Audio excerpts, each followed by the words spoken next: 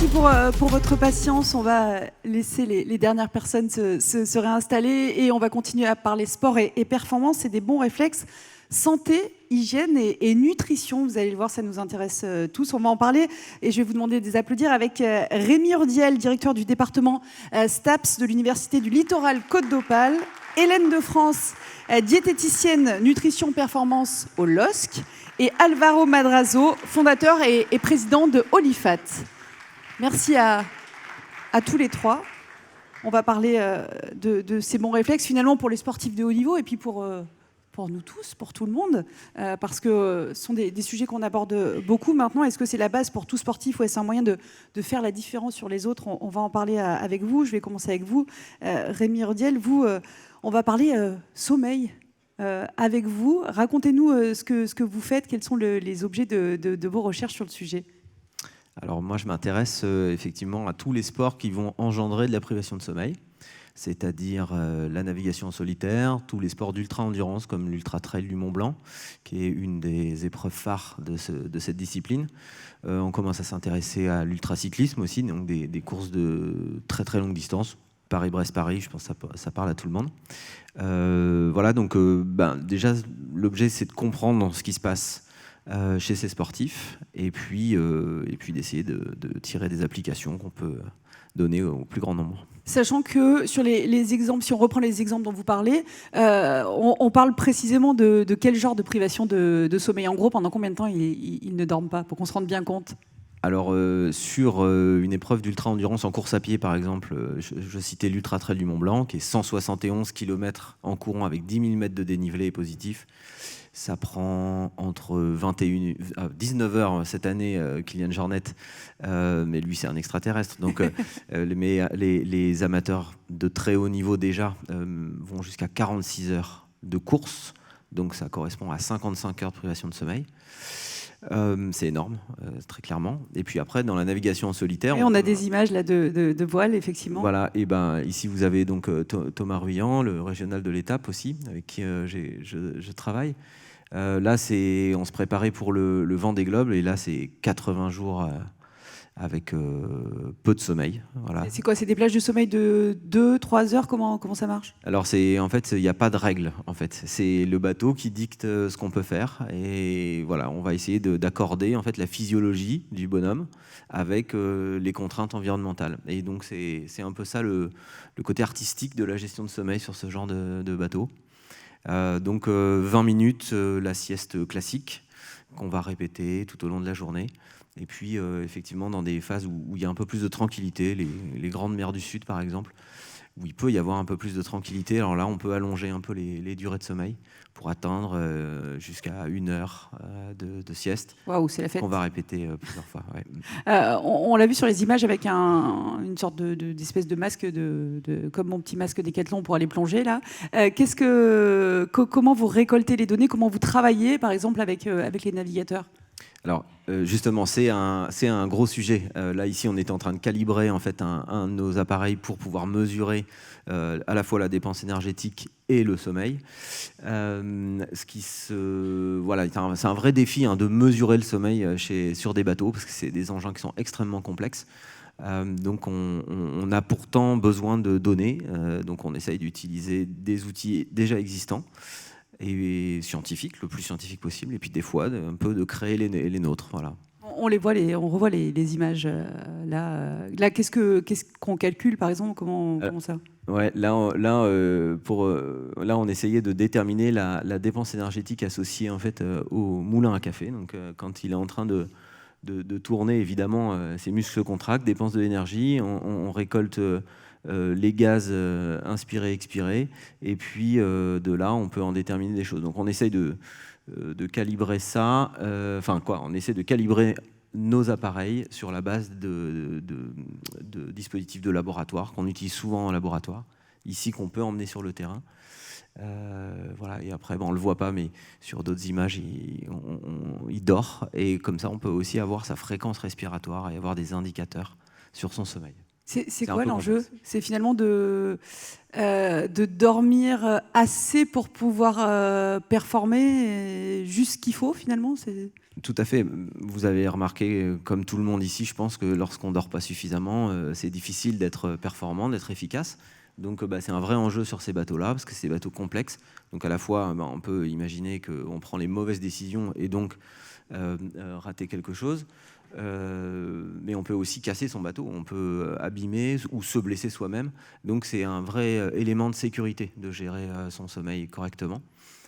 Donc voilà, et donc le marin, au bout d'un moment, il est un peu perdu dans cette gestion de sommeil. Il a besoin de trouver des repères. Donc nos appareils vont lui permettre de redonner un peu de sens à ce qui se passe et de l'aider à prendre des décisions, dormir, pas dormir, combien de temps, etc.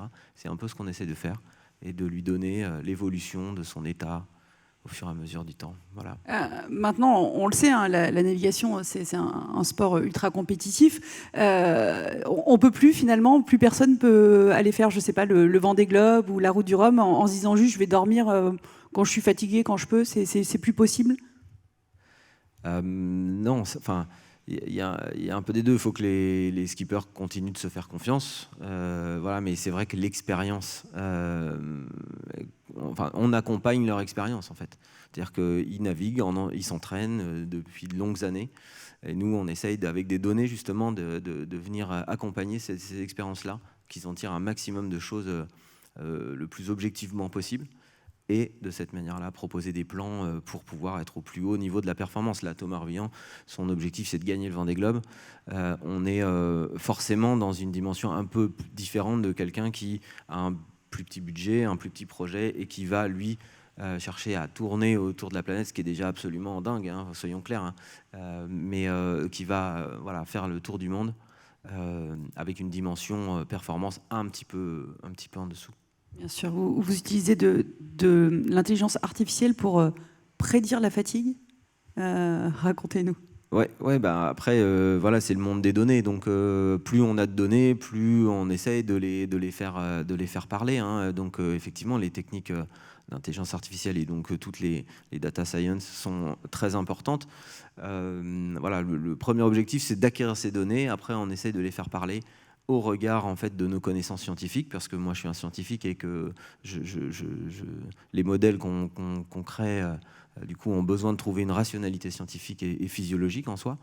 Donc on doit aussi aller chercher uniquement les données qui sont nécessaires à la compréhension des mécanismes. Donc voilà, c'est un beau petit défi. On s'éclate bien. Oui, avec de belles perspectives. En Gémanie, il y a encore toujours des choses à aller chercher. Comment on transpose ça après au grand public? Est-ce que vous allez me prédire bientôt quand est-ce que je suis fatigué? Alors, bon, le grand public, c'est un peu plus facile. Il y a un peu moins de, il y a un peu moins de difficultés. Non, mais le sommeil, c'est un vrai enjeu. Non, mais bien sûr, vous avez raison. C'est bien entendu. En fait, ce qu'il y a d'intéressant avec ces sportifs, ce que moi je trouve génial, c'est qu'ils se mettent vraiment dans des extrêmes, ce qui nous permet vraiment de comprendre très clairement, de voir, d'observer très clairement en fait ce qui leur arrive. Et ça nous permet d'être beaucoup plus à l'aise en fait pour pouvoir raconter tout à chacun de quelle manière on pourrait améliorer notre gestion de sommeil au quotidien. Voilà, on valorise ces travaux-là avec beaucoup de dirigeants d'entreprise qui sont des gens qui sont vraiment tout le temps très centrés sur leur activité, et c'est normal, on comprend, et donc qui ont du mal des fois à décrocher, comme un marin sur son bateau qui a du mal qui ne peut pas décrocher de sa course, et donc et pourtant il faut tenir, et pourtant il faut toujours être performant, et donc on se nourrit en fait de ces expériences-là pour pouvoir aussi livrer des messages plus santé publique et au plus grand nombre, quoi. Merci, c'est passionnant. Et je vais me tourner vers votre voisine parce que c'est passionnant aussi. On va parler nutrition avec vous, Hélène de France. Alors, regardez derrière vous, vous avez vu, on vous a mis dans les meilleures conditions. J'ai vu. On vous a mis carrément le stade Pierre-Mauroy, voilà, pour que vous vous sentiez à l'aise. Parce que, racontez-nous déjà qui vous êtes. Vous êtes sportif de haut niveau, vous avez été médaillé olympique et vous avez rejoint le club local de football il y a quelques mois. C'est ça. J'ai été sportive de haut niveau au Pôle France de Marseille, puisque mon sport, c'était la voile olympique. Donc, j'ai été médaillée en 4,70, qui est un dériveur, un petit support double, rapide, féminin. Et donc, j'ai consacré, on va dire, même 20 ans de ma vie, parce que mon rêve olympique a commencé à émerger, j'avais 10 ans. Je n'avais pas encore choisi mon sport, je pratiquais différents sports. J'ai finalement choisi la voile par un concours de circonstances et de passion aussi. Et donc, je me suis acharnée jusqu'à atteindre mon ambition, mon rêve, qui était d'être médaillée olympique, championne du monde aussi. Et donc, 20 ans plus tard, à 30 ans, sur le podium de Rio, je suis accomplie puisque j'ai atteint mon objectif. Et en fait, en parallèle de ces années de préparation et de haut niveau, j'avais énormément étudié la nutrition pour mes propres performances et mon propre état de santé, parce que j'étais en vraie recherche de me sentir super bien pour pouvoir encaisser la charge d'entraînement, ne pas me blesser, être performante, développer mon potentiel. Et pour ça, il a fallu que j'aille chercher des experts, des expertises et des domaines que je ne maîtrisais pas. La nutrition a fait partie de toute cette recherche. Et donc, c'est un domaine qui m'a fascinée parce que je ressentais moi personnellement à quel point ça amplifiait mes sensations, mes performances et tout ce que je recherchais. Donc, j'ai fait un gros travail là-dessus, moi personnellement, en plus d'étudier ce domaine au final. Et à la sortie de ma carrière olympique... On voit sur le podium de Rio. Voilà, ce sont des belles images. Ouais, c'était un podium assez incroyable parce qu'on était sur la plage avec le pain de sucre derrière. Là, on le voit pas, c'est très zoomé, mais il y avait une vraie atmosphère particulière. La baie de Rio est majestueuse. C'était des jeux très très beaux. Et du coup, à la sortie de ma carrière, j'ai envie de travailler dans le domaine de la nutrition. Je me suis formée, je suis diplômée. Et la première chose qui m'intéresse, c'est le sport de haut niveau parce que j'ai une vraie expertise à transférer. Et là, l'Olympique de Marseille me contacte, je suis sur place, ils cherchent à construire le département nutrition au sein du club. Et donc, je suis ravie parce que ça m'avait en fait même passé, ça avait traversé mon esprit d'aller jusqu'à travailler avec eux.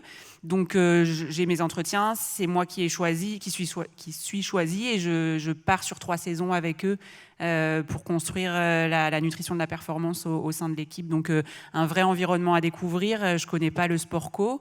Le foot très peu et voilà, j'apprends très vite parce que finalement le sport pour moi c'est assez universel, donc on peut transférer beaucoup de choses dans le sport dans lequel on tombe, et voilà, une expérience unique, extrêmement enrichissante. Et j'arrête pour prendre un break et en fait le LOSC me contacte quelques mois après parce qu'ils ont besoin de remplacer la diététicienne qui partait. Et donc, je me pose la question et puis finalement, je décide de les rejoindre. Donc, en novembre dernier, j'ai pris la saison dernière en cours.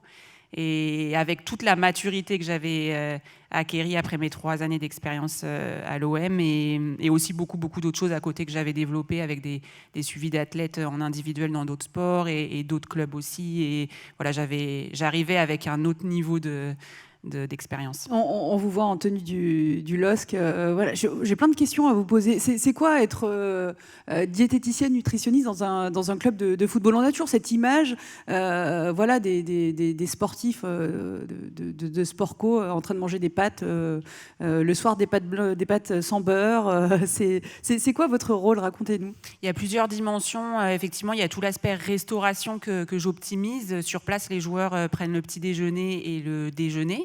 Donc j'ai un vrai travail de collaboration avec la cuisine pour créer vraiment une alimentation qui soit la plus optimale possible et vraiment que les joueurs baignent dans un environnement qui soit optimisé pour que chacun ait à son niveau on va dire de prise de conscience, d'habitude. Et si on crée un environnement qui est vraiment nutrition de la performance, ça va forcément les inspirer, forcément les amener à faire évoluer leurs habitudes. Et pour ceux qui sont déjà très très bien en termes d'habitude ça les satisfait puisqu'il y a un vrai environnement qui est optimisé. Donc il y a déjà cette partie qui me prend beaucoup de temps. Ensuite, il y a la stratégie d'équipe. Donc qu'est-ce que je mets en place pour les entraînements, avant les entraînements, en récupération après l'entraînement, l'équipe ait vraiment une routine en termes d'habitude pour que l'organisme soit dans des meilleures conditions d'hydratation et de récupération. Donc il y a des stratégies d'équipe avec des produits de l'effort notamment. Et ensuite, il y a toute la dimension individuelle. Donc, on a 25 joueurs. Donc, c'est qu'est-ce que j'apporte à chacun. Et pour moi, c'est très, très important que d'accompagner chaque individu, chaque joueur à passer un cap, à avancer sur des notions de nutrition pour les aider à vraiment évoluer.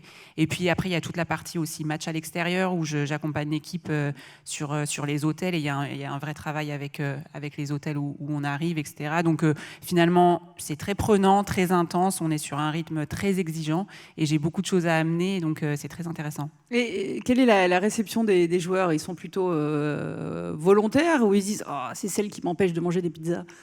Je schématise évidemment, mais... Je pense que, en tout cas à Lille, au LOSC, il y a une vraie ouverture. Je ne sais pas si c'est qu'est-ce qui fait ça, mais chaque joueur est extrêmement ouvert et demandeur. Et donc pour moi, c'est un plaisir de travailler avec eux. Il y a très peu de résistance, il y a beaucoup d'ouverture. Et après, c'est à moi d'être capable d'amener à chacun ce qu'il est capable d'entendre et le juste conseil. Si on élargit un petit peu, est-ce que finalement on méconnaît les bienfaits de la nutrition dans la performance sportive? Est-ce que c'est quelque part sous-estimé selon vous? Je pense que oui, parce qu'en fait on sous-estime à quel point le sport de haut niveau, la pratique intensive est exigeante pour l'organisme. On sous-estime à quel point l'organisme doit recruter, utiliser, mobiliser des ressources énormément et donc il faut les régénérer, il faut faire en sorte que notre nutrition permette à l'organisme de vraiment d'avoir les ressources à des niveaux optimaux. Et donc, on sous-estime à quel point la nutrition est nécessaire, en fait, pour que l'organisme puisse à la fois se régénérer, récupérer et développer son potentiel, aller bien. Donc, oui, je pense qu'il y a une vraie méconnaissance de ce rôle-là. Moi, je l'ai vécu en tant que sportif parce qu'à un moment donné, j'en ai eu besoin. Mais quand on peut ne pas s'en rendre compte, et pour la plupart, c'est le cas. Oui, est-ce qu'il y a... À quel point, finalement, ça permet de se sentir bien au quotidien, d'améliorer sa performance? Et est-ce qu'on peut rentrer un petit peu plus dans le détail pour se rendre compte de l'apport de la nutrition dans la performance sportive des sportifs de haut niveau? Et puis, on élargit toujours de monsieur et madame tout le monde, finalement.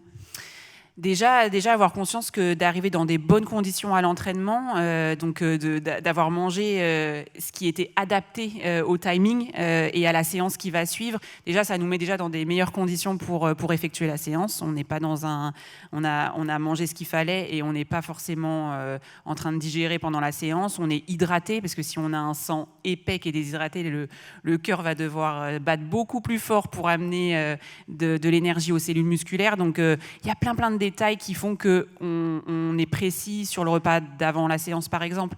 En post-séance, pour récupérer, c'est essentiel si on veut tenir sur toute la saison, être capable de maintenir un niveau de performance. Il faut qu'à la fin de chaque séance, on puisse amener en récupération tous les éléments qui vont permettre aux muscles de se régénérer, de se protéger, à nos réserves énergétiques de se refaire.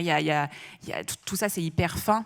C'est des détails que là je peux illustrer. Qu'est-ce qu'on peut avoir d'autre à l'échelle un peu plus, on va dire, du quotidien, un peu plus éloigné des séances? On a aussi toutes les notions de variété de l'alimentation, de qualité, qui vont permettre de nous amener tout un tas de ressources qui vont aller nourrir l'organisme sur des fonctions telles que l'immunité, le cerveau, le système digestif.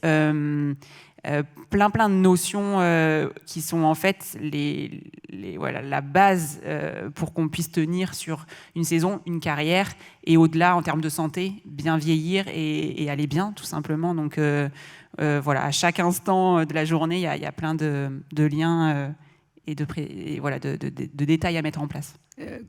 La même question finalement que je posais tout à l'heure à propos du sommeil. Est-ce qu'on peut performer dans le haut niveau maintenant sans se préoccuper correctement de son sommeil et sans se préoccuper correctement de son alimentation?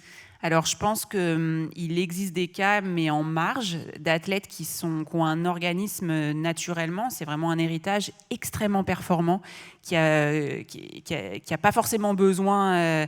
Il va bien, il y a beaucoup de ressources disponibles, tout tourne. Et c'est des athlètes qui peuvent se permettre de ne pas forcément s'intéresser à d'éventuels on va dire, rigueur, discipline, routine nutritionnelle, etc. Mais ça, c'est très rare. Et même pour ces athlètes-là, je dirais qu'il faudrait qu'ils s'y intéressent pour maintenir ces qualités naturelles et aussi la suite.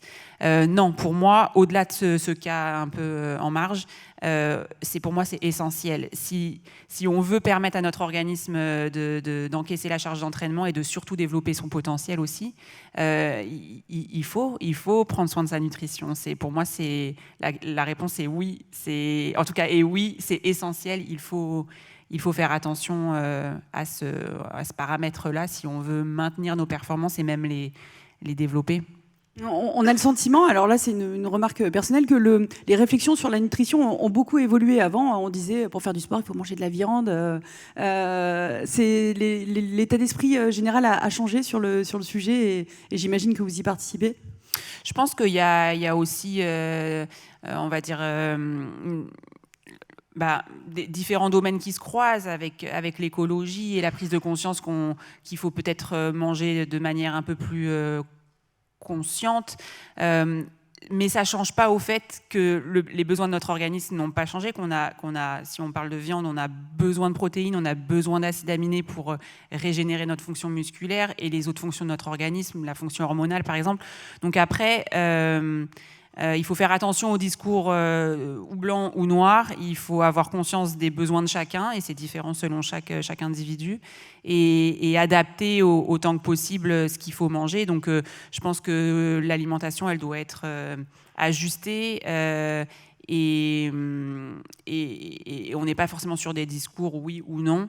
En tout cas, je pense que les discours ont évolué avec d'autres prises de conscience et d'autres sujets qui se sont un peu mis dans la conversation, mais il faut rester juste et voilà, et toujours adapté aux besoins de chaque organisme.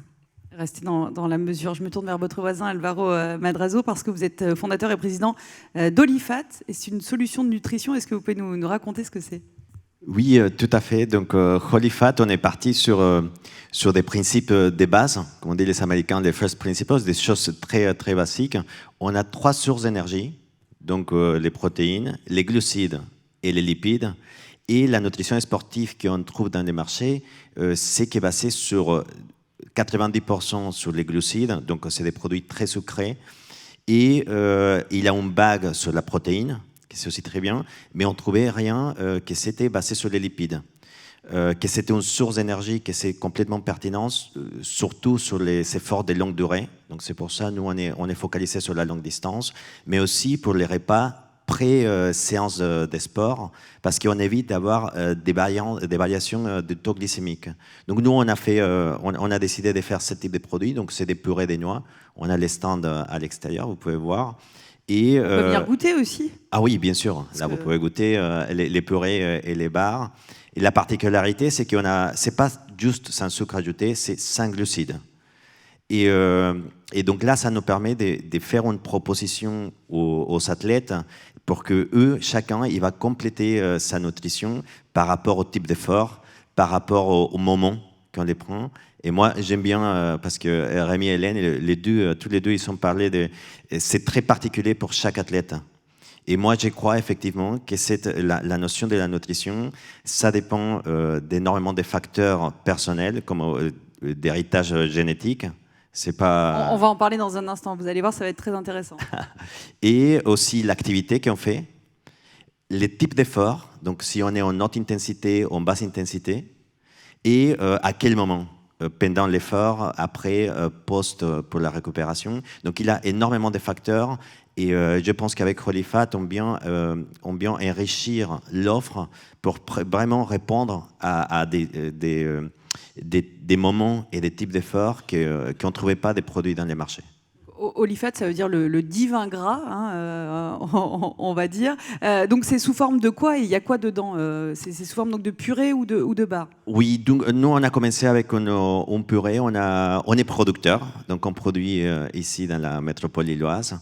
On achète les noix, donc on a 3 types différents d'oléagineux, donc amandes, les noix, origine Grenoble au Périgord, donc ça c'est les noix qu'on trouve en France, et les noix de macadamia.